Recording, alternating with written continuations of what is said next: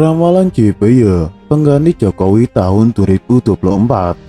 Maharaja Jayabaya adalah Raja Kediri yang memerintah sekitar tahun 1135 sampai 1157.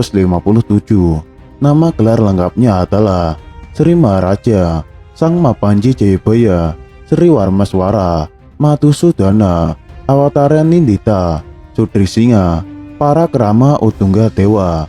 Banyak ramalan Jayabaya benar-benar menjadi kenyataan di era modern saat ini.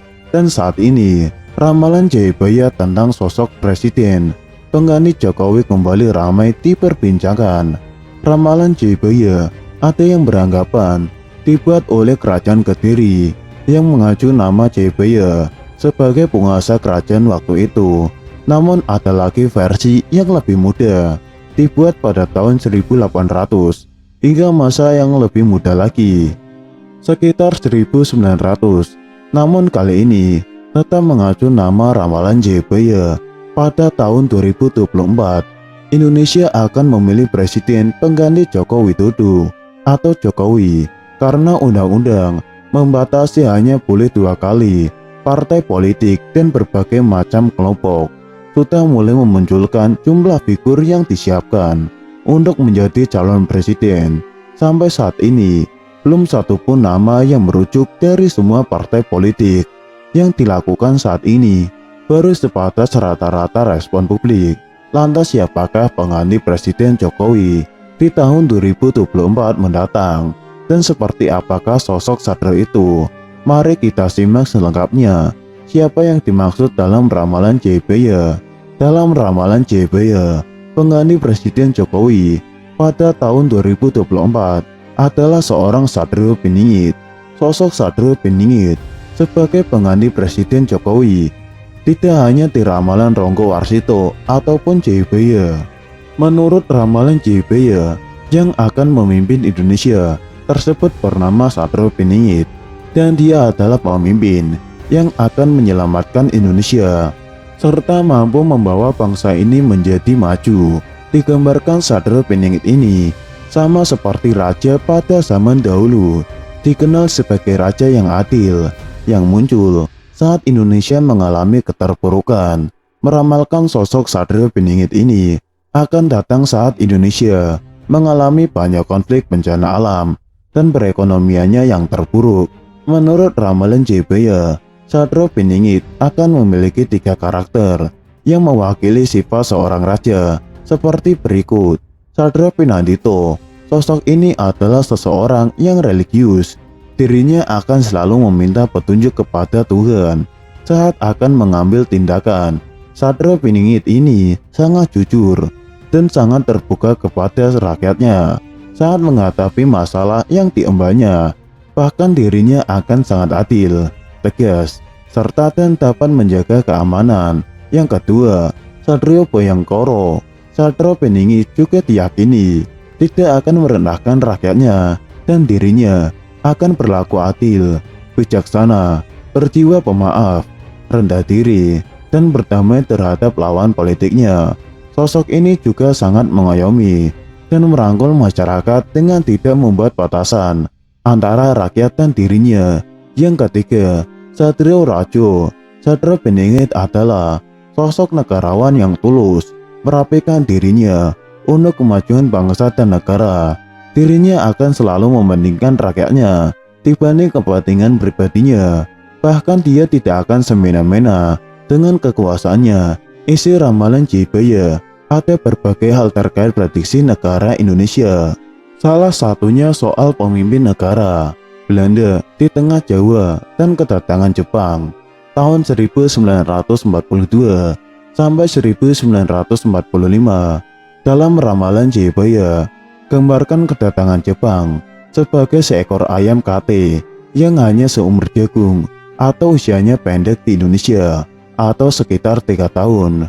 Kemudian yang paling populer lagi soal siapa yang bakal jadi pemimpin negara Indonesia, hingga muncul istilah Satrio Piningit.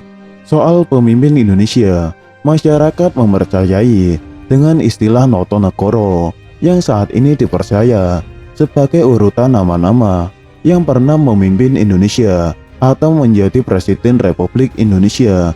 Noto yang menata negara atau negoro yang artinya menata negara. Pemimpin Indonesia adalah orang yang akan menata atau mengatur negara Indonesia ini. Selain itu, ada ramalan yang datang dari Raden Ngabei.